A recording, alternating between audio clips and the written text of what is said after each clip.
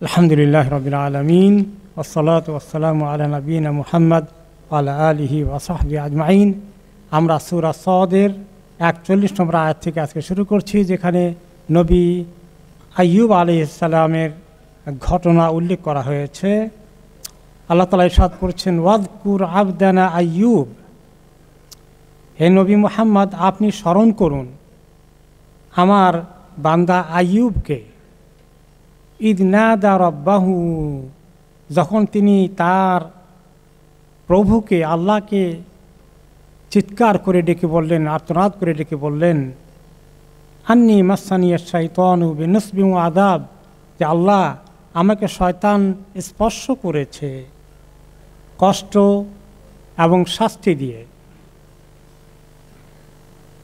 এই হলো শাব্দিক তর্জমা। আইয়ুব আলাইহিস সালামের কাহিনী বিভিন্ন তাফসিরে এসেছে। তাফসিরের মধ্যে বিশাল বিশাল বহু ঘটনার কথা এসেছে। সবগুলো ঘটনা সহি নয়, অনেকগুলো ঘটনা বনি ইসরাইলের রেওয়ায়েত থেকে নেওয়া হয়েছে। পরবর্তী পর্যায়ে মুফাসসিররা এগুলাকে যোগ করেছিলেন। অনেকগুলো এই নবীদের সম্পর্কে এগুলা মানানসই কখনো হয় না, অনেক বিভিন্ন রকমের অতিরঞ্জিত কথা রয়েছে। তো আমরা চেষ্টা করব যাতে করে সহি তাফসিরের দৃষ্টিতে যতটুকুন পাওয়া যায় ততটুকুনি আলোচনা সীমাবদ্ধ রাখতে ইনশাআল্লাহ। তো উনি আল্লাহ তাআলাকে ডাকলেন, ওনার কষ্ট হয়েছিল। কষ্টটা কি হয়েছিল? ওনাকে আল্লাহ তাআলা বড় পরীক্ষা করেছিলেন। এক একজনকে এক এক রকমের পরীক্ষা করেন। সব নবীকে আল্লাহ তাআলা পরীক্ষা করেন, মুমিনদেরকে সবাইকে পরীক্ষা করেন, দুনিয়ার সমস্ত মানুষকেই আল্লাহ তাআলা পরীক্ষা করেন। সূরা আল মুলকে আল্লাহ তাআলা বলেছেন, তাবারাকাল্লাযী বিয়াদিহিল মুলকু ওয়া হুয়া আলা কুল্লি শাইইন কাদির আল্লাযী খালাকাল মাউতা ওয়াল হায়াতা লিয়াবলুয়াকুম আইয়ুকুম আহসানু আমালা। সমস্ত মানুষকেই সবাইকে জন্ম মৃত্যু দিয়ে আল্লাহ বলতে চান, হায়াত দিয়ে, যে তিনি পরীক্ষা করে দেখবেন কে ভালো আমল নিয়ে এসেছে। কাউকে আল্লাহ তাআলা খুব সুখ দিয়ে পরীক্ষা করেন, কাউকে আল্লাহ তাআলা একটু কষ্ট দিয়ে পরীক্ষা করেন। দুইটাই পরীক্ষা। তবে অবশ্যই কষ্টের পরীক্ষাটা মানুষের জন্য কষ্ট হয়। সুখের পরীক্ষাটা আখিরাতে কি হবে সেটা তো জানে না। তো দুনিয়াতে সুখের পরীক্ষা হতে এত পরীক্ষা না, কিন্তু দুনিয়ার কষ্ট হয় যখন আল্লাহ তাআলা দুনিয়াতে কষ্ট দেন। তো এটা মানুষকে এই দুনিয়ার কষ্টটা দিয়ে, বালা মুসিবত দিয়ে আল্লাহ তাআলা মানুষকে অনেক পাক সাফ করে আল্লাহর কাছে নিয়ে যান। এই জন্য গতকালকে জুমার খুতবা আলোচনা কিছুটা আমরা করেছিলাম যে যারা আহলুল আফিয়া, যারা দুনিয়াতে খুব সুখে শান্তিতে ছিল, তেমন বড় কোনো দুঃখ কষ্ট মুসিবত ফেস করা লাগে নাই, অর্থনৈতিকভাবে সুন্দর মতো চলছেন, শারীরিকভাবেই ভালোই আছেন, তারপরে পারিবারিক জিন্দিগিও একরকম আছে, খারাপ না, বেশি তেমন কোনো পরীক্ষা নাই। কিন্তু কিছু মানুষ সমাজের মধ্যে কেউ অর্থনৈতিকভাবে এত কষ্ট আছে, দুই বেলা খাবার জোগাড় করা, অসুখ বিসুখ হলে ডাক্তারের কাছে যাওয়ার মতো পয়সা নাই, মাথার উপরে যে একটা চাল থাকবে, বৃষ্টি পানি থেকে ঠিকমতো রক্ষা পাবে সেটার ব্যবস্থা নেই, চিকিৎসা করার ব্যবস্থা নেই, ছেলে মেয়েকে লেখাপড়া করাতে পারে না, কত রকমের অভাব অনটনে আছে, শারীরিক কষ্টে আছে, পারিবারিক অসুবিধায় আছে, বিভিন্নভাবে আছে। তো এই পরীক্ষাওয়ালারা, যার যত বেশি পরীক্ষা, এই পরীক্ষা তিনি পাশ করলে তার পুরস্কার অনেক বড়। এবং এই বিষয়ে একটা হাদিসে এসেছে যে যারা কিয়ামতের দিন দেখবে বেশি দুঃখে কষ্ট দিন যাদের কেটেছে, এত পরীক্ষায় পড়েছে, টিকে থাকা মুশকিল হয়েছে, এত কষ্ট পেয়েছেন, শারীরিক অবস্থা কাহিল, ডাক্তার কবিরাজ সব ফেল, বিছানায় এত কষ্ট পেয়েছেন, অভাবে এত কষ্ট হয়েছে, মানুষে এত কষ্ট দিয়েছে। তো আহলুল আফিয়া যখন দেখবে যত কষ্ট পাওয়া লোক আছে তাদের সব গুনাহ মাফ হয়ে গিয়ে কষ্টের কারণে আখিরাতে তারা অতি সহজেই জান্নাতে চলে যাচ্ছেন, এটা দেখে যারা বেশি কষ্ট পায়নি, সুখ শান্তিতে ছিল, তারা কি বলবে জানেন? হাদিসে রাসূলুল্লাহ সাল্লাল্লাহু আলাইহি ওয়াসাল্লাম বললেন যে হারে, আমাদেরকে দুনিয়া যদি আল্লাহ খুব বেশি কষ্টের ব্যবস্থা করতেন, এমন কষ্ট দিতেনও যদি যে আমাদের শরীরে জিন্দা অবস্থায় আমাদের গোশতগুলোকে, চামড়াগুলোকে সব দুশ্মনরা উঠাই ফেলেছে আঁচড় দিয়ে। এভাবে এই কষ্ট যদি ভোগ করতে হতো, ভোগ সেটা করাইয়া যদি আল্লাহ আমাদেরকে নিয়ে আসতেন, আজকে আমরা আখিরাতে অনেক বড় ধনী হয়ে যেতাম। তো এই কথা তাদের জন্য আমি যারাই যখন সবাই আল্লাহর কাছে আফিয়াত চাই, তবে এই কথার দ্বারা এটা বোঝানো হচ্ছে না যে সবাই এখন থেকে দরখাস্ত দেবো যে আল্লাহ আমাকে খুব বেশি কষ্টে রাখেন দুনিয়ার মধ্যে, তাহলে আখিরাতে যেন আমি পার হয়ে যাই। এইটা সঠিক দোয়া নয়। এরকম দোয়া করছিলেন একজন যুবক মানুষ, এই দোয়া করছিল আল্লাহর কাছে যে আল্লাহ আমি দুনিয়াতে আপনি কষ্ট যা দিতে চান দেন, আমার কোনো আপত্তি নেই, কিন্তু আখিরাতে আল্লাহ আপনি আমার কষ্ট দিয়েন না, যা দিবেন এই দুনিয়াতে শেষ করে দেন আল্লাহ। তো তা এমন অবস্থা হয়ে গেল যে তার অসুস্থ হয়ে হাড্ডিয়ার চামড়া আছে, গোশত সব শেষ হয়ে গেছে বিছানা শুতে। তো তার বাবা আসেন, ইয়া রাসূলুল্লাহ সাল্লাল্লাহু আলাইহি ওয়াসাল্লাম, আমার ছেলেটার এত দুরবস্থা, একটু দেখবেন, একটু আসেন। তিনি গিয়ে দেখে বুঝলেন যে কিছু একটা উল্টাপাল্টা হয়েছে। তিনি বললেন তুমি কি কোনো দোয়া করেছিলা? বললেন আমি দোয়া করেছিলাম যে আল্লাহ যদি কোনো কষ্ট দিতে হয় আমাকে দুনিয়াতে দিয়ে শেষ করে দেন, আখিরাতে কোনো কষ্ট দিয়েন না। তিনি বলেন সর্বনাশ, এই উল্টা দোয়া কেন করতে গেছিলাম? এই জন্য এটা ঠিক হয় না, এরকম দোয়া কেউ করা ঠিক হবে না। বরঞ্চ তিনি বলেছেন রাসূলুল্লাহ সাল্লাল্লাহু আলাইহি ওয়াসাল্লাম, সাল্লাল্লাহু আল আফিয়া, সকল অবস্থা আল্লাহর কাছে মাপ চাও, কোনো পরীক্ষা যেন আল্লাহ না করেন, দুনিয়াতেও না করেন, আখিরাতে তো প্রশ্নই আসে না। আল্লাহ যেন আফিয়াতের হালতে রাখে। আফিয়াত মানে ভালো থাকা, সুস্থ থাকা, বিপদ আপদ থেকে নিরাপদ থাকা, এটা নাম আল আফওয়া ওয়াল আফিয়া। আর আফওয়া হলো আল্লাহ তাআলা কেউ গুনাহ করে ফেলে গুনার শাস্তি পাওয়া থেকে আল্লাহ যেন মাফ করে দেয়। আর আফিয়া হলো দুনিয়ার মধ্যে শারীরিকভাবে, অর্থনৈতিকভাবে, সম্পর্কের দিক থেকে মোটামুটি একটু সেফ থাকা, নিরাপদ থাকা, ভালো থাকা। তো আল্লাহর কাছে সবসময় তারা ভালো থাকা চাও। আর যদি আল্লাহ তাআলা পরীক্ষা করে ফেলেন তাহলে সবরের সাথে সেটাকে মোকাবিলা করো।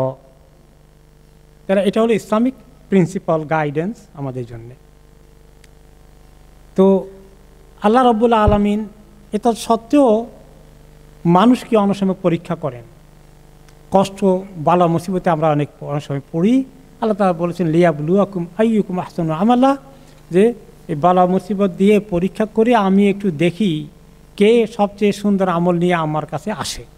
আল্লাহ তাআলা যদি পরীক্ষা করেন সেটা তো আমাদের আটকানোর ক্ষমতা নাই, কিন্তু আমরা কেউ পরীক্ষা যেন না চাই। আর আল্লাহ তাআলা পরীক্ষা করলে আমরা যেন টিকে থাকতে পারি। এই জন্য রাসূলুল্লাহ সাল্লাল্লাহু আলাইহি ওয়াসাল্লাম বলেছেন সাল্লাল্লাহু আল আফওয়া ওয়াল আফিয়া, সবসময় আল্লাহর কাছে পানা চাও, তিনি যেন তোমাদেরকে গুনাহ শাস্তি থেকে হেফাজত করেন, গুনাহ মাফ করে দেন, আর তোমাদেরকে বিপদ আপদ দুনিয়ার কষ্ট থেকে যেন হেফাজতে রাখেন, সুস্থ সত্তা রাখেন, এইটা বেশি করে চাও। তো চাওয়ার পরে এত সত্ত্বেও আল্লাহ তাআলা অনেককেই পরীক্ষা করেন, এবং আল্লাহর নেক বান্দাদেরকেও আল্লাহ তাআলা পরীক্ষা করেন।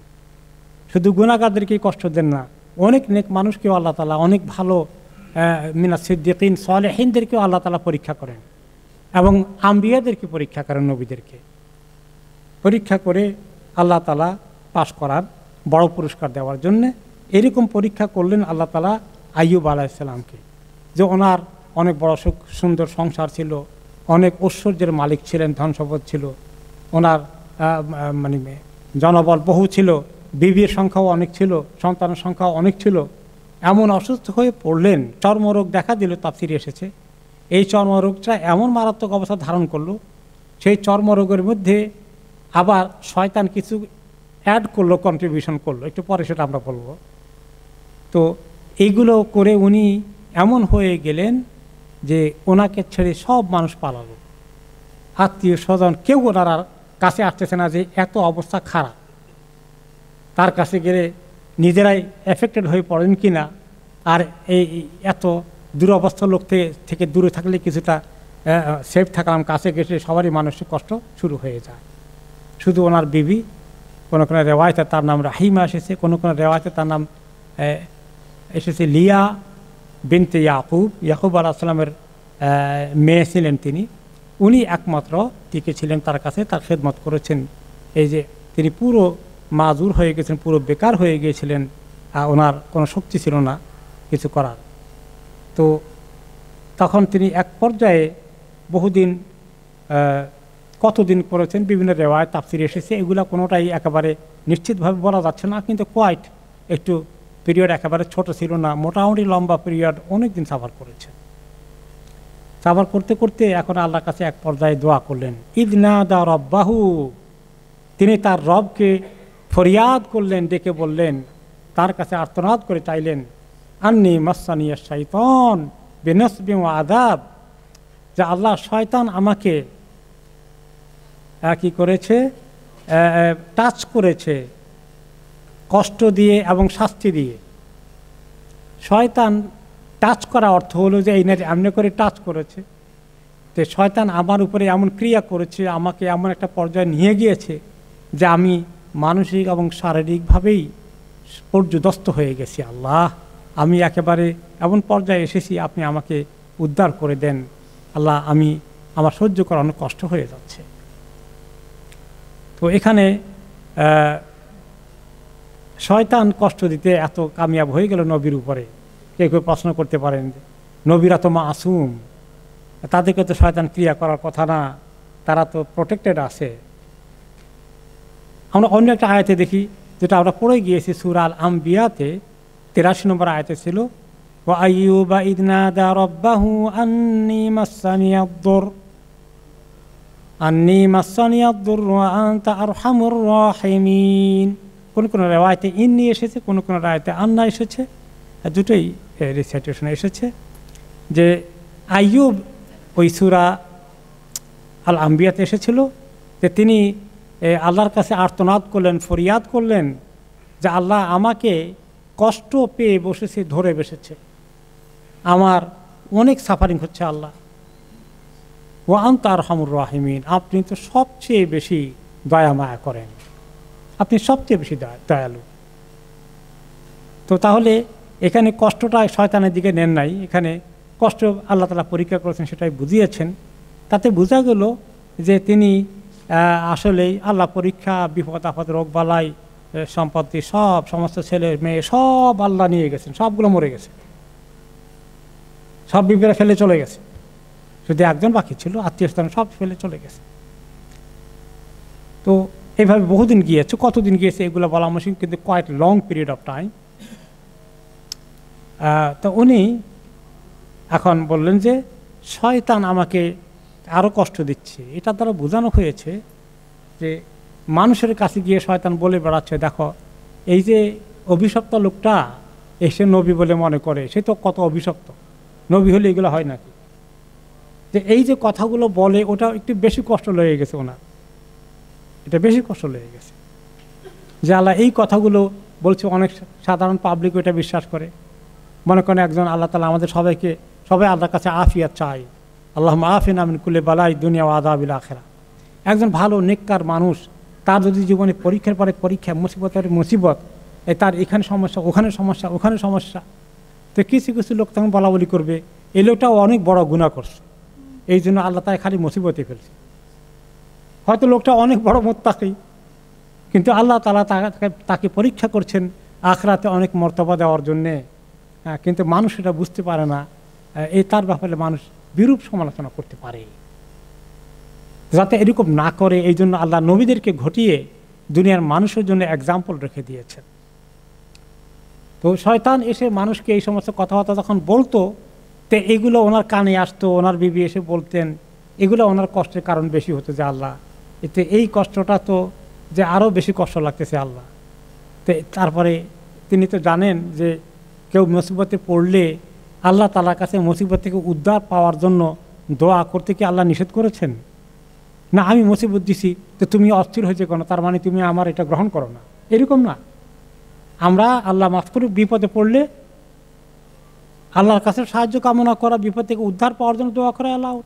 বিপদে পড়ার আগে সেফটি, সিকিউরিটি, নিরাপত্তার জন্য দোয়া করা অ্যালাউড আছে। কিন্তু আল্লাহ তাআলা পরীক্ষা করে ফেললে আমরা হতাশ হব না, দোয়া করতে থাকবো, দোয়া করতে থাকবো, দোয়া করা অ্যালাউড আছে। এবং হয়তোবা দোয়া করতে থাকলে এই যে আইয়ুব আলাইহিস সালাম তো বোঝা গেছে উনি অনেক দিনই দোয়া করেছেন, কিন্তু বহুদিন লেগেছে কবুল হতে। কবুল তো হয়ে গেছে, কিন্তু আল্লাহ তাআলা ওটাকে এক্সিকিউট করা, এটা রেজাল্ট দেওয়াটা আল্লাহ তাআলা অনেক দীর্ঘায়িত করেছে। আল্লাহ তাআলা সেটার মাসলাহাত ভালো জানেন। তা আমরা আপনারাও যখন আল্লাহ তাআলার কাছে মাফ চাই, আফিয়াত চাই, কিন্তু কোনো পরীক্ষা পড়ে গেলে দোয়া করতে করতে যদি আমাদের একটু সময় পার হয়ে যায়, আমরা যেন হতাশ না হয়ে যাই, নিরাশ না হয়ে যাই। শয়তান এসে বলবে, তোমার এত দোয়া করলা, দোয়া কোনো কাজে লাগছে? তাহলে দোয়া করে লাভ কি? এরকম ধোঁকা দিতে পারে, তাই না? আপনি আল্লাহ তাআলার উপর আপনার ঈমান মানে নড়ে যেতে পারে। আল্লাহ মাফ করুন, যে আল্লাহ বুঝি এত নির্দয়, নাউজুবিল্লাহ। এতদিন দোয়া করতেছি, এত বছর দোয়া করতেছি, আল্লাহ আমার দোয়াটা মোটেই শুনলেন না, তার দোয়া করে লাভ কি? এরকম যেন না হয়ে যায়। তো এই জন্য এই নবী আলাইহিস সালামকে আল্লাহ তাআলা অনেক দিন পরীক্ষা করে আমাদের সামনে তার ঘটনা নিয়ে আসলেন, যে শয়তান এগুলো কষ্ট দিচ্ছে ওনাকে আরও বেশি করে, মানুষের মধ্যে এগুলা এই প্রচার করে দিয়ে। তো সেটা থেকে তিনি আল্লাহর কাছে পানা চাইলেন যে আল্লাহ আপনি রহমতে উদ্ধার করে শয়তানের ষড়যন্ত্রকে ব্যর্থ করে দেন, যে আল্লাহ তাআলার কাছে আমি অভিশপ্ত না, আল্লাহ তাআলা আমাকে পরীক্ষা করে পাশ করিয়ে দিয়েছেন। হ্যাঁ, তো ওনার দরখাস্ত আল্লাহ তাআলা কবুল করলেন। আল্লাহ তাআলা কবুল করলেন। আল্লাহ এখন ওনাকে সুস্থ করে দেবেন বললেন। তিনি এই ঘরের বাইরে গিয়ে এক জায়গায় তিনি আল্লাহর কাছে খুব নিরিবিলি একা একা দোয়া করছিলেন। তখন আল্লাহ তাআলা বলেন, উরকুদ বেরেজুলেকা, আপনার পা দিয়ে জমিনে গুঁতা দেন, এরকম ধাক্কা দেন, বা পায়ের গোড়ালি দিয়ে এমনি করে পাটা দিকে মারেন। দেখি মারলে কি হবে? পানির ফোয়ারা ঝর্ণা উঠে আসবে, সুন্দর ঝর্ণাধারা বেরিয়ে আসবে, ফাউন্টেন বেরিয়ে আসবে। হ্যাঁ, মুক্তাসালুম বারেদ ওয়া শারাব। তখন তিনি যেই পা দিয়ে এরকম করে গুঁতা দিলেন জমিনের মধ্যে, সেখান থেকে ফিনকি দিয়ে পানির ফোয়ারা ফুটে আসলো, একদম ধবধবে সাদা স্বচ্ছ পানি যেভাবে ঝর্ণাধারা থেকে বেরিয়ে আসে। আল্লাহ বলে দিলেন, হ্যাঁ দা মুক্তাসালুম, এই যে তোমার জন্য গোসল করার পানি বের করে নিয়ে আসছি, বারেদুন ঠান্ডা পানি, ওয়া শারাব এবং সুন্দর পানিও এতে আছে। এই পানি দিয়ে তুমি গোসল করো, এই পানি তুমি পান করো, শারীরিক বাহ্যিক আভ্যন্তরীণ সব ক্লিন হয়ে যাবে, তোমার সব চলে যাবে। গোসল করো তুমি এখানে, আর এই পানি খাও। তিনি গোসল করলেন, পানি খেলেন, একেবারে পুরো সুস্থ জওয়ান মানুষ হয়ে আসলেন। এরপরে ওনার যে পরিবার ছিল, ওনার যে সন্তান সন্ততি ছিল, সব তো শেষ হয়ে গেল। এগুলোকে আল্লাহ তাআলা আবার এগুলোকে দিলেন। ওয়াহাবনা লাহু আহলাহ, আমি তার আহল তার কাছে গিফট করলাম, ফেরত দিলাম। অমিসলাহুম মাহুম, যাদেরকে হারিয়ে ফেলেছিল তাদেরকে ফেরত দিলাম, এবং তাদের সমসংখ্যক আরও নতুন করে দিলাম। এখন এখানে তাফসিরের মধ্যে ভেরি ক্লিয়ারলি আসে না এই কোরআনের মধ্যে যে ওইগুলো কি জিন্দা করে ফেলেছিলেন। এটাও কোনো কোনো ইসরায়েলি কাহিনীতে আছে যে সবগুলোকেই জিন্দা করে আবার আল্লাহ নিয়ে এসছেন, কিন্তু এটা কোনো সহিহ হাদিসে স্বয়ং রাসূলুল্লাহ সাল্লাল্লাহু আলাইহি ওয়াসাল্লামের কাছ থেকে সরাসরিভাবে পাওয়া যায়নি। কোরআনের আয়াত তার ব্যাখ্যায় কেউ কেউ ইসরায়েলি রেওয়ায়তে মিলে বিদায় সেগুলোকে নিয়ে আসছেন, আর কেউ কেউ বলছেন এইটা এভাবেই হয়েছে বলে প্রমাণ কোনো পাওয়া যায় না। এটা বরঞ্চ হতে পারে যে আল্লাহ তাআলা তাকে ওই পরিমাণ, যেগুলো যতগুলো মারা গিয়েছিল সে জায়গায় আবার নতুন করে আল্লাহ তাআলা সন্তান দান করেছেন, সেই পরিমাণ দিয়ে ওইখানে ক্ষান্ত রাখেননি, আল্লাহ তাআলা এর ডবল করে দিয়েছেন, নতুন করে পয়দা করেছেন, আগেরগুলোকে জিন্দা করেননি। দুনিয়াতে সচরাচর আল্লাহ তাআলা এটা করেন না, কারণ হায়াত একবার জন্যই, কেউ মরে গেলে সহজে আর ফেরত আসার কথা নয়। একমাত্র মুসা আলাইহিস সালামের ওই গরুর কাহিনীর মধ্যে, গাভীর কাহিনীর মধ্যে উঠানো হয়েছিল লোকে, মরা লোককে জিন্দা করে, কিন্তু আবার সে মরে গেছে, সঙ্গে সঙ্গে আবার তাকে কবরে ঢুকানো হয়েছে। হ্যাঁ, তো সাক্ষী দেওয়ার জন্যে। এছাড়া এভাবে মানুষকে আল্লাহ জিন্দা করে পাঠান না, এটা আল্লাহ তাআলার সিস্টেমের খেলাফ। তিনি যে মানুষের মৃত্যু একবার হয়ে গেলে আর কখনো ফেরত আসবে না, সেটাই ওনারা তাফসীর করেছেন। যাই হোক, তো আল্লাহ তাআলা ওনাকে সব ফেরত দিলেন। রাহমাতাম মিন্না, আমার পক্ষ থেকে তাকে রহমত দিয়ে ভরপুর করে দিলাম। ওয়া যিকরা লিউলিল আলবাব, এবং এই কাহিনী তার জীবনে ঘটিয়ে ইতিহাসের মধ্যে কাহিনীটা রেখে দিয়ে এবং কোরআনে সেটাকে উল্লেখ করে দিয়ে যারা সত্যিকার জ্ঞানী, যারা সত্যিকার আকলকে খরচ করে, তাদের জন্য এখানে একটা স্মরণিকা হয়ে থাকলো। তাদের জন্য এটা একটা রিমাইন্ডার, তারা আল্লাহ তাআলার কুদরতের কথা, যে বিপদ আপদ বালা মুসিবত আল্লাহ তাআলা দেন, উদ্ধারও আল্লাহ তাআলা করেন। আল্লাহ চাইলে যেটা তিনি চান সেটাই তিনি করেন। এবং এই যে কাউকে আল্লাহ পরীক্ষা করেন কল্যাণ দেওয়ার জন্য, আর কারো পরীক্ষা শুধু আযাবই, দুনিয়াতেও আযাব এবং আযাব নিয়েই মরবে। তো এগুলো যেন মানুষ বুঝতে পারে ভালো মন্দ, নবীর জীবনে, একজন নবীর জীবনে ঘটিয়ে সেটা মানুষের জন্য লেসনের কারণ হয়ে গেল, মানুষের জন্য শিক্ষণীয় অনেক কিছু রাখা হয়েছে।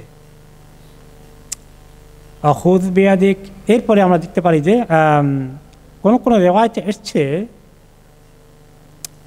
যে যেটা মানে আনাস ইবনে মালিক রাদিয়াল্লাহু তাআলা আনহু বর্ণনা করেছেন যে ইন্না নবী আল্লাহ আইয়ুব আলাইহিস সালাতু ওয়াস সালাম লাবিসা ফি বালাইহি 18 সানা, যেটা ওনার এই অসুস্থতা প্রায় 18 বছর পর্যন্ত ছিল। 1.5 যুগ অসুস্থতা তারা ছিল। এই দুরবস্থায় কতদিন ছিলেন? 18 বছর। ফারাফাদাহুল করিব ওয়াল বাঈদ, কাছের দূরের সবাই তাকে বর্জন করলো। এই মুসিবত আলা লোকের পাশে থাকা যাবে না।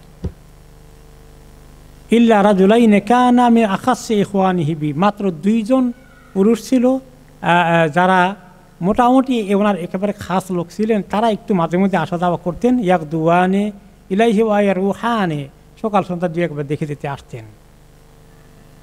তাও এই 2 জনের কাহিনীও আসছে। ফাকাল আহাদুহুমা লিসাহিবি, 2 জনের একজন বলতেছিল আরেকজনকে, তাআলাম আল্লাহ লাকাদ আযনাবা আইয়ুব যামবান মা আযনাবাহু আহাদুন ফিল আলামিন, যে আইয়ুব মনে হয় এমন গুনাহ করছে দুনিয়ার কোনো মানুষ বোধহয় এই গুনাহ করে নাই। কাছের যারা 2 জন আসছিল তাদেরও এই মন্তব্য। ক্বালা লাহু সাহিবুহু ওমা যাকা, তখন বলে যে কি এত বড় সে গুনাহ করেছে, কি তার এত বড় পরীক্ষা হলো? বলে 18 সানা লাম ইয়ারহামুল্লাহু তাআলা ফায়াকশুবু মা বিহি। তো 18 বছর পর্যন্ত আল্লাহ তাআলা তার এই তওবা কবুল করছেন না, তাকে মাফ করছেন না, তাকে সুস্থ করছেন না, তাকে এই পরীক্ষা বালা মুসিবতের মধ্যে রাখছেন। তো এইভাবে তারা মন্তব্য করছিল। এগুলো এই হাদিসটাও এত মজবুতভাবে প্রতিষ্ঠিত হয়নি, এটাও কনফার্ম হওয়া যায়নি, বরং হাদিসটি আসলে সনদের দিক থেকে সহিহ নয়। যাই হোক, তো এই পরীক্ষা যখন পার হয়ে গেল, এরপরে আল্লাহ তাআলা বললেন অখুয বিয়াদিকা দিগসান ফাদরিব বিহি ওয়ালা তাহনাস। উনি ওনার স্ত্রীকে এই একটি কারণে তিনি একটু, স্ত্রী তো অনেক খেদমত করেছেন, স্ত্রী অনেক ধৈর্য ধরেছেন, ওনার জন্য কষ্ট করতেন। কোনো কোনো রেওয়ায়েতে আসছে, এগুলো সবগুলো সনদের দিক থেকে খুব মজবুত না, যে তিনি ওনার স্ত্রী মানুষের বাড়িতে কাজের ঝিয়ের কাজ করতেন, চাকরানির কাজ করতেন, সেখান থেকে সামান্য খাবার নিয়ে আসতেন এবং আইবারার সঙ্গে খাওয়াতেন, এই জাতীয় কথাবার্তাগুলো এসেছে। তো কোনো সময় সে মহিলা যখন কি একটা কথা বলেছিল, যে কথাটা ওনার পছন্দ হয় নাই, তো সেই সময় তিনি বলেছিলেন যে আল্লাহর কসম, আমি যদি সুস্থ হই তাহলে তোমাকে 100 দররা দিয়ে আমি সাহায্য করব। তো এক পর্যায়ে আল্লাহ তাআলা ওনাকে সুস্থ করে দিলেন।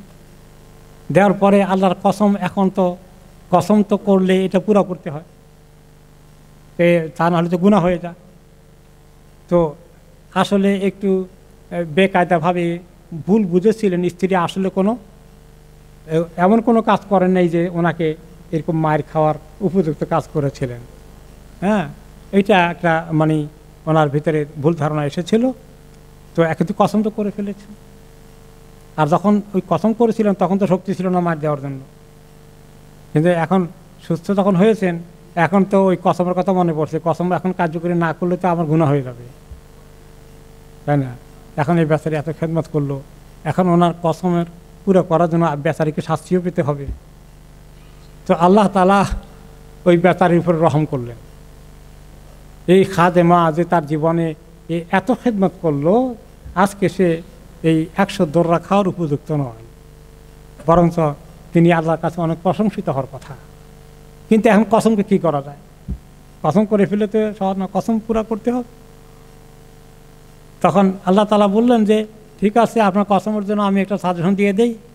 অখুদ বিয়াদিকা দিকসান ফাদরিব বিহি ওয়ালা তাহনাস, যে তোমার হাতের মধ্যে তুমি এইভাবে 100টা মনে করেন এই ডান্ডা শাকের থেকে কোনো কিছু থেকে লাকড়ির মতো ছোট ছোট চিকন চিকন আছে না, শলার মতো 100টা শলা জোগাড় করো, করে এগুলাকে ধরো বান দাও, বা আপনি হাতে মুড় দিয়ে ধরে 100টা শলা দিয়ে একটা বাড়ি দাও, মানে এত জোরে দিবেন না, জাস্ট একটা বাড়ি দাও, তাহলে ওই যে তোমার কসম আদায় হয়ে গেল।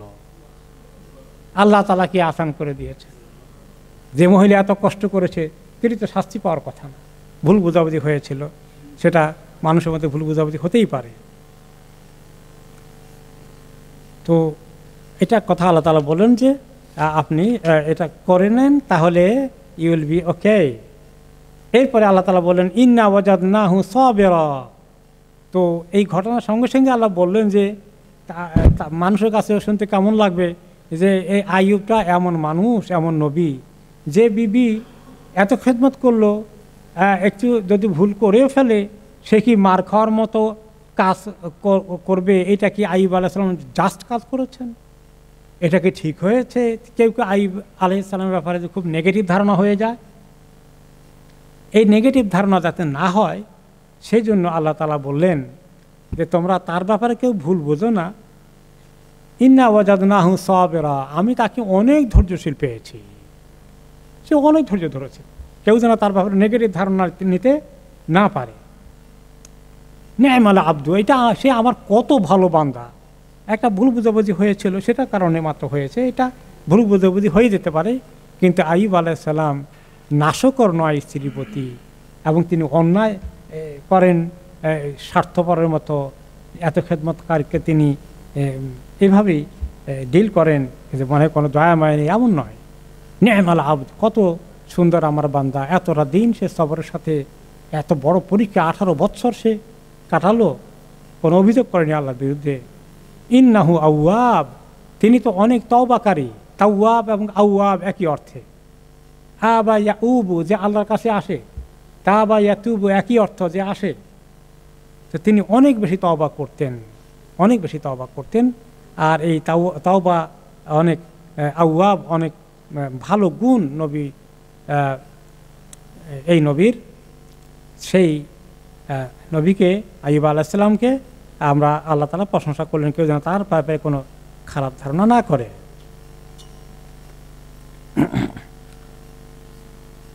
এরপরে হলো যে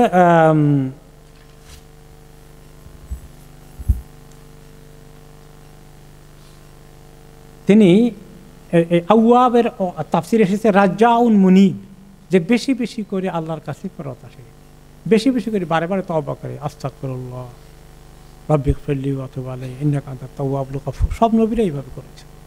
স্বয়ং নবী সাল্লাল্লাহু আলাইহি সাল্লাম, আমাদের নবী মুহাম্মদ সাল্লাল্লাহু আলাইহি সাল্লাম কী করেছেন? দিনে কতবার তওবা করেছেন? 100 বার, কোনো রাওয়াতে 70 বার, হ্যাঁ, আরও বেশি।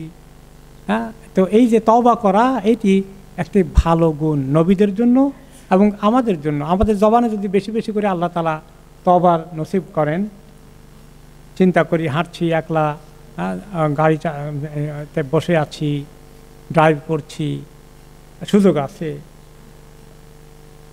আল্লাহ তাআলার কাছে বেশি করে ইস্তেগফার করা, তওবা করা, আল্লাহুম্মা ইন্নী আস্তাগফিরুকা ওয়া আতুবু ইলাইক রাব্বিগফিরলি ওয়া তুব আলাইহি ইন্নাকা আনতাত তাওয়াবুল গফুর, এই জাতীয় যে কোনো ইস্তেগফার করা, এটা আল্লাহর কাছে অনেক পছন্দনীয় কাজ। তিনি প্রশংসা করলেন যে তিনি অনেক ভালো, কারণ তিনি অনেক বেশি তওবা করতেন। ইন্নাহু আউয়াব, এবং এই তওবা করার কারণেই আল্লাহ রাব্বুল আলামিন তওবার কারণেই তার এই রোগ মুক্তি করেছেন, তাকে পরীক্ষা থেকে পাশ করে দিয়েছেন। এখান থেকে দলিল পাওয়া গেল যে বিপদে আপদে মানুষ যখন পড়ে তখন বেশি করে কি করতে হবে? তওবা ইস্তেগফার করতে হবে। তাই তো তওবা ইস্তেগফার, তাই তো আদম আলাইহিস সালাম যখন বিপদে পড়লেন, গন্ধম খেয়ে কী করেছেন? তওবা করেছেন। কোনটা দিয়ে? রব্বানা যালামনা আনফুসানা, এটাও তওবার দোয়া। এটাও ইস্তেগফারের দোয়া। ইউনূস আলাইহিস সালাম কি করেছেন মাছের পেটে পড়ে? লা ইলাহা ইল্লা আনতা সুবহানাকা ইন্নী কুনতু মিনাজ জালিমিন, এটাও তওবা ইস্তেগফারের দোয়া। তো আমরা যখন আল্লাহ তাআলা মাফ করুন, সবাই আমরা আল্লাহর কাছে আফিয়াত চাই। কোনো দুঃখ মুসিবতে কষ্টে নিপতিত হলে আমাদেরকে বেশি করে তওবা করতে হবে, বেশি করে তওবা ইস্তেগফার কন্টিনিউয়াসলি করতে হবে। তাহলে আল্লাহ রাব্বুল আলামিন আমাদেরকে উদ্ধার করবেন। এবং গুনাহ থেকে দূরে থাকতে হবে। বিপদে পড়লে যত বেশি গুনাহ ছেড়ে দেব, তওবা করব, তত তাড়াতাড়ি আল্লাহ তাআলা আমাদেরকে উদ্ধার করবেন। আর সেই কথা অন্য আয়াতে আল্লাহ তাআলা বলেছেন, ওয়া ইয়াত্তাকিল্লাহা ইয়াজআল লাহু মাখরাজা ওয়া ইয়ারযুকহু মিন হাইথু লা ইয়াহতাসিব। যে ব্যক্তি আল্লাহ তাআলাকে ভয় করে, তো ওই তাকওয়া অর্জন করে, তার মধ্যে গুনাহ ছেড়ে দেওয়া এবং তওবা করা। তওবার কারণেই তো আল্লাহর কাছে আমরা, ভয়ের কারণেই তো আল্লাহর কাছে তওবা করি।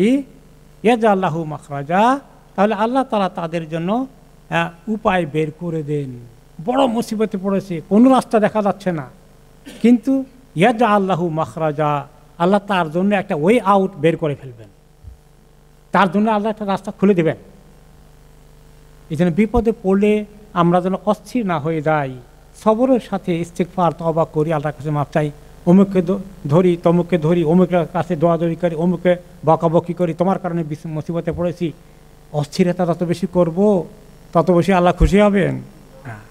বরঞ্চ আমার গুনার কারণেই হয়েছে, আমার কোন জায়গায় অসুবিধা হয়েছে, আমি আল্লাহর কাছে বেশি করে মাফ চাই, বেশি করে ইস্তেগফার করি, বেশি করে ইস্তেগফার করি, অমুকে দায়ী করি, তমুকে দায়ী করি। এগুলোর দিকে বেশি লক্ষ্য না নিয়ে নিজের দিকে যেমন যদি তাকাই, অন্যান্য আম্বিয়া কেরামের মতো আদম আলাইহিস সালাম ইজিলি বলতে পারতেন যে আমি তো গন্ধম খাইতে চাই নাই, মোটেই চাই নাই। সে তো একবারে কসম করে বলল, ওয়াকাসামাহুমা ইন্নী লাকুমা লামিনান নাসিহিন। আদম আর হাওয়াকে বলে, আল্লাহর কসম করে বলি, তোমাদের এত কল্যাণকামী আমি, এই গাছের ফল একটু খেয়ে ফেললে এই মজার জান্নাত থেকে আল্লাহ বের করবেন না, নতুবা অরিজিনাল প্ল্যান হচ্ছে তোমাদেরকে দুনিয়াতে পাঠাবেন। আর এই গাছের ফল খেয়ে ফেললে আর যাওয়া লাগবে না দুনিয়া। কি জানো, অনেক ফিতনা আছে, শয়তান তোমাদের সঙ্গে মানে নিজের কথাই বলতেছে যে আমি তো যাবো ওখানে, তো ওইখানে গেলে তো তোমার প্রোটেকশন থাকবে না, তুমি সেফ থাকতে হলে পট করে খেয়ে নাও, এখান থেকে আর বাই করবে না। এই মিথ্যা কথা বললো। আর মিথ্যা কথা বলে কি বলল? আল্লাহর কসম করে বলল যে আমি ইন্নী লাকুমা, আমি তোমাদের জন্য নাসিহ, একান্ত শুভকাঙ্ক্ষী, কল্যাণকামী, আমিন, অত্যন্ত বিশ্বস্ত আমি তোমাদের কাছে, কসম করে বলেছে। তো তাহলে এইভাবে শয়তান যখন মানুষকে এইভাবে ধোঁকা দিয়ে ফেলে, ওই কাজ করা ঠিক নয়। বিপদ আপদে পড়লে বরঞ্চ তওবা ইস্তেগফার বেশি করে করা দরকার।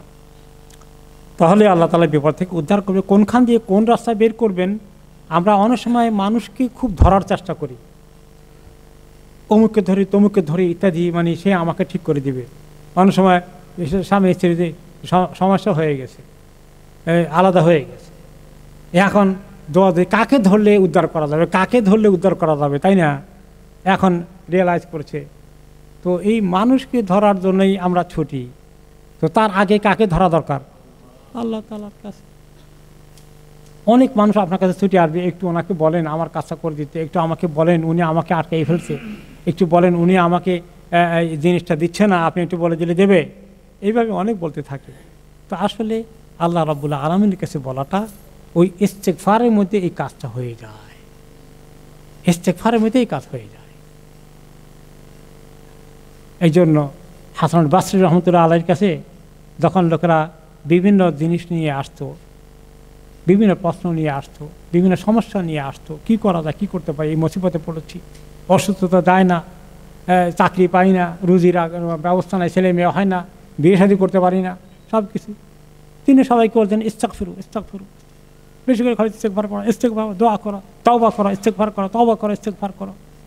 তো ওনার এক শাগরেদ পাশে ছিলেন যে হুজুর কত দোয়া সুন্দর সুন্দর আছে বিভিন্ন বিপদ আপদের বালা মুসিবতের, সবগুলো বাদ দিয়ে খালি ইস্তেগফারের কথা বলেন কেন? আর অন্য কত দোয়া আছে। বলেন আমি তো কোরআনকে ফলো করি। সূরা নূহের মধ্যে আল্লাহ তাআলা নূহ আলাইহিস সালামের জবান দিয়ে তিনি তার কওমকে কি বলেছেন? ফাকুলতু ইস্তাগফিরু রাব্বাকুম ইন্নাহু কানা গাফফারা। আমি নূহ আলাইহিস সালাম বলেন, আমি আমার জাতিকে ডেকে বললাম আল্লাহর কাছে বেশি করে ইস্তেগফার করো, তিনি তোমাদের যত গুনাহ করেছিল সব মাফ করে দিবেন। ইন্নাহু কানা গাফফারা ইউরসিলুস সামা আলাইকুম মিদরারা, তোমাদেরকে আল্লাহ এই যে বৃষ্টি টিষ্টি এই দুর্ভিক্ষ দেখা দিয়েছে এগুলো সব উঠাই নিয়ে আল্লাহ তাআলা প্রচুর বৃষ্টি দান করবেন, তোমাদের ফসল টসল অনেক বেড়ে যাবে, তোমাদের নদীতে খালে পানি ভরপুর হয়ে যাবে, সমস্ত রিজিকের বরকত চলে আসবে, সব বালা মুসিবত উঠে যাবে, চলে যাবে। তো আমি তো কোরআন থেকে নিয়েছি এটা, যে বালা মুসিবত দূর হওয়ার জন্য কী করতে হবে? তওবা ইস্তেগফার বেশি করে করতে হবে। বুঝে আসছে তো আমাদের? আমরা মানুষকে ধরার চেষ্টা করি, প্রচুর মানুষ বিপদে আপদে পড়লে ইমাম সাহেবের কাছে আসে, যে একটু আপনি একটু বলে দিলে উনি কথাটা শুনবে, আপনি একটু মধ্যস্থতা করে দিন। হ্যাঁ, আমাদের তো এত সময় হয় না, মিয়া বিবি ঝগড়া করছে, এখন বহুত খারাপ অবস্থা হয়ে গেছে, এখন নিয়ে আসে অ্যাডভাইস কাউন্সেলিং ইত্যাদি হাবিজাবি করতে চায়, এগুলো করতে সারাদিন দিলেও সময় শেষ হয় না। তো মানুষের কাছে আর বাকিরা তো কী করে, তাবিজ দিয়ে কীভাবে ঠিক করা যায়। হ্যাঁ, দরকাতে কিছু সিন্নি দিয়ে আসে, শিরকের দিকে চলে যায়, বেদাতের দিকে চলে যায়। নবী করিম সাল্লাল্লাহু আলাইহি ওয়াসাল্লাম কয়টা তাবিজ দিয়েছিলেন বলেন? তাবিজ কয়টা দিয়েছিলেন লিখছিলেন তিনি? তো আমাদের এই মিয়া সাহেবের এত তাবিজ পাইছে কই? কোথায় পাইল ওগুলো? সমস্ত আল্লাহ তাআলা আমাদেরকে তওবা, ইস্তেগফার, তাসবিহ, দোয়া, আরও কত দোয়া আছে, শুধু একটা ইস্তেগফারই না, লা ইলাহা ইল্লা আনতা সুবহানাকা ইন্নী কুনতু মিনাজ জালিমিন রব্বানা যালামনা আনফুসানা, এগুলোও কিন্তু ইস্তেগফার, গুনাহ মাফ চাওয়া। যে এগুলো সব নবীদের কাহিনী কোরআনের মধ্যে এসেছে, এগুলো বাদ দিয়া তাবিজ লটকিয়ে দাও। হ্যাঁ, এরপর সেখান থেকে শিরকের দিকে চলে যাও। তো এইগুলো আসলে আমাদের সমাজে যে কত ভুল ধারণা আছে, কত রকমের কুসংস্কার আছে, সব ইসলামের নামে এক প্যাকেট হয়ে এসেছে। আলহামদুলিল্লাহ, আল্লাহ তাআলা এই জমানায় মিডিয়ার মাধ্যমে সহি কথা জানার, শোনার, প্রচার করার আল্লাহ তাআলা কত সুন্দর ব্যবস্থা করে দিয়েছেন, আমরা সবাই বলি আলহামদুলিল্লাহ। তো এখনও যারা ওই অন্ধকার যুগে বসবাস করছে তাদের কাছে এই দিনের আলো পৌঁছিয়ে দেন। দেশে যাবেন, লোকদেরকে বলবেন যে এগুলো বাদ দিয়ে সুন্দর, এখন তো মিডিয়ার মাধ্যমে ভালো ভালো এই সহি কথাগুলো শুনতে পাওয়া যায়, এগুলোর দিকে লোকদেরকে মাশাআল্লাহ আসার সুযোগ হয়েছে, এগুলোকে আরও উৎসাহিত করেন। আল্লাহ রাব্বুল আলামিন তৌফিক দান করুন। ওয়াজকুর ইবাদানা ইব্রাহিম ওয়া ইসহাক ওয়া ইয়াকুব উলিল আইদি ওয়াল আবসার, যে হে নবী আপনি স্মরণ করুন আমার বান্দাদেরকে, এর মধ্যে ইব্রাহিমকে, ইসহাককে, ইয়াকুবকে, 3 গোষ্ঠী, মানে 3 জেনারেশন। ইব্রাহিম আলাইহিস সালামের ছেলে ইসহাক, ইসহাক আলাইহিস সালামের ছেলে ইয়াকুব আলাইহিস সালাম, এই 3 জনের কথা আল্লাহ তাআলা ওনাকে স্মরণ করিয়ে দিলেন যে হে নবী আপনি 3 জন আপনার পূর্বপুরুষদের মধ্যে যারা আছে বড় নবী, তাদের কথা স্মরণ করুন। তারা ছিলেন কি? উলিল আইদি ওয়াল আবসার, তাদের হাতও ছিল, চোখও ছিল, হাতওয়ালা চোখওয়ালাগুলো। তো হাত আর চোখ কার নাই? সবারই তো আছে। তো হাত বলতে কি বোঝানো হয়েছে এখানে? মুফাসসিরিনে কেরাম বলেছেন যে হাতের অর্থ কেউ কেউ বলেছেন আল কুওয়া, উলিল কুওয়া, তাদের এই শক্তিকে তারা দিনের কাজে ব্যবহার করেছে, শুধু দুনিয়ার কাজে নয়, আরাম আয়াসের কাজে নয়, দুনিয়া জোগাড় করার কাজে নয়, দিনের কাজে, ইবাদতের কাজে ব্যবহার করেছেন। আরেকটা অর্থ এসেছে আইদির অর্থ হাতের দ্বারা, যে নিজের শরীরটা দিয়ে তারা আল্লাহর ইবাদতে, আল্লাহর হুকুম পালনে সারা দিন রাত তারা চেষ্টা করেছেন। আর আবসর অর্থাৎ শুধু চোখের দৃষ্টি নয়, তাদেরকে আল্লাহ তারা সঠিক দৃষ্টিভঙ্গি দান করেছেন। কোনো জিনিসকে ঠিকমতো বোঝা, এটাকে ভালো জিনিসকে বুঝতে পারা, ভালো জিনিসের দিকে যাওয়া, এটাকে বলি আমরা দৃষ্টিভঙ্গি। বুঝেন তো?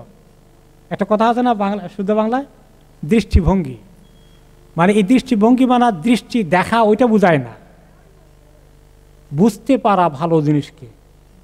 কোনো বিষয়ে একটা সমস্যা হয়ে গেলে সঠিক সিদ্ধান্ত নেওয়ার মতো এই জ্ঞান, এই ধারণা, এই বুঝ, এই আকল, এই আবসর দ্বারা এটা বোঝানো হয়েছে। আল্লাহ তাআলা তাদের প্রশংসা করলেন যে আপনার পূর্বপুরুষরা যাতে ছিল, যে আপনি যে নবুয়তের কাজ করছেন এটা অনেক কঠিন কাজ, এই কাজে অনেক চ্যালেঞ্জ আছে। আপনার আগে যে নবীরা এসেছিলেন, আপনার পূর্বপুরুষ ইব্রাহিম আলাইহিস সালাম, তার ছেলে ইসহাক আলাইহিস সালাম, তার ছেলে ইয়াকুব আলাইহিসসালাম, তারা আপনার মতে এরকম রাত দিন তাদের সমস্ত শরীরের শক্তি দিয়ে, হ্যাঁ, তাদের সমস্ত চিন্তা ভাবনাকে দিয়ে তারা কি করেছেন, আল্লাহ তাআলার হুকুম কার্যকরী করতে, এই দিনের দাওয়াত পৌঁছে দিতে, নিজেরা আমল করতে, মানুষকে দেখিয়ে দিতে, রাস্তা দেখাতে অনেক চেষ্টা করেছেন।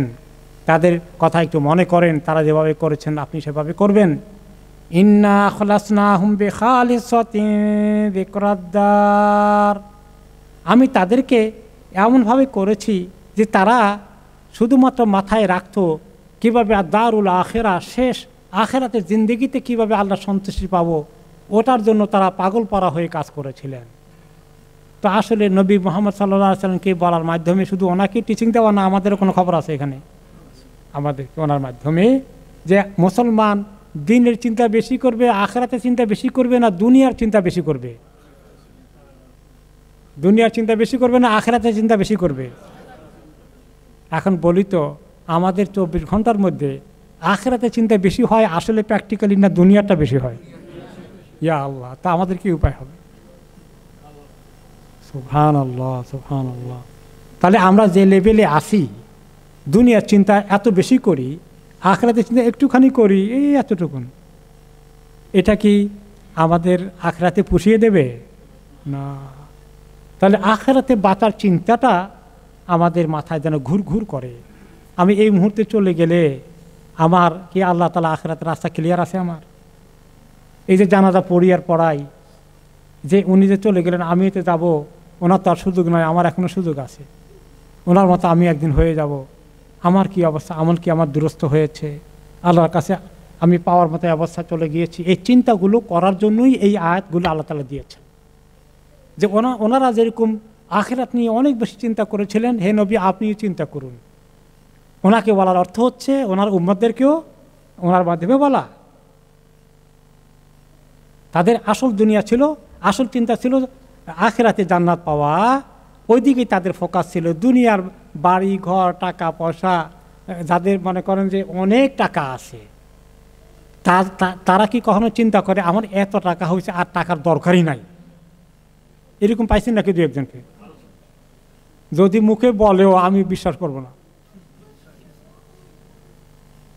যদি তার আজকেও আসে, তার 10 মিলিয়ন আছে, আর 1 মিলিয়নের খবর আসে, কি খুশি, তার শরীর গরম হয়ে যাবে। তো এইটা হলো আমাদের দুনিয়ার নগদ পাওয়াটা এত তাড়া দেয়, এত আকর্ষণ, ওইটাকে কমিয়ে জান্নাতের আকর্ষণটা তৈরি করার জন্যে আল্লাহ তাআলা এই কথাগুলো বলছেন। ওয়াইন্নাহুম ইনদানা লামিনাল মুস্তাফাইনাল আখিয়ার, তারা ছিল আমার কাছে অত্যন্ত বাছাই করা উত্তম মানুষগুলো ছিল। তারা তাদের রোল মডেল রাখেন আপনি, তাদেরকে, তাদের দিকে তাকান, দুনিয়াদারদের দিকে তাকাবেন না। আজকে আমাদের সামনে নবীরা আছেন, তাদের আদর্শ আছে, সাহাবীদের আদর্শ আছে, কিন্তু আজকেও যদি কোনো ভালো মানুষ যে দুনিয়ার দিকে বেশি কেয়ার করে না, তাদের দিকে তাকাই, যারা দুনিয়ার জন্য পাগল পারা হয়ে আছে, শুধু দুনিয়ার পরে দুনিয়া গড়ছে আর গড়ছে আর গড়ছে, ওগুলো দেখে আরে বাপারে এত অল্প দিনে এত পয়সা বানাইলো, হায় রে আল্লাহ, এত কষ্ট করি তার ধারে কাছে যেতে পারছি না। এই আফসোস যেন কখনো না হয়ে যায়, এইটা খেয়াল করা দরকার। ওয়াজকুর ইসমাঈল ওয়া ইয়াসা ওয়া যাল কিফল ওয়া কুল্লুম মিনাল আখিয়ার, আরও ওনাকে স্মরণ করিয়ে দিচ্ছেন ওনার পূর্বপুরুষ আরেকজন ইসমাঈল আলাইহিস সালাম, অন্য নবী ইয়াসা আলাইহিস সালাম, যুল কিফল আলাইহিস সালাম, এই সবাই তারা ভালো ভালো মানুষ ছিলেন। তারা এভাবেই আল্লাহ তাআলার সঙ্গে সম্পর্ক রেখেছিলেন। দুনিয়াকে তারা 2 নম্বর মনে করেছিলেন, আখিরাতটাকে 1 নম্বর প্রায়োরিটি দিয়েছিলেন। তাদের থেকে আপনি শিক্ষা গ্রহণ করুন, আপনার উম্মতকে শিক্ষা গ্রহণ করিয়ে দিন।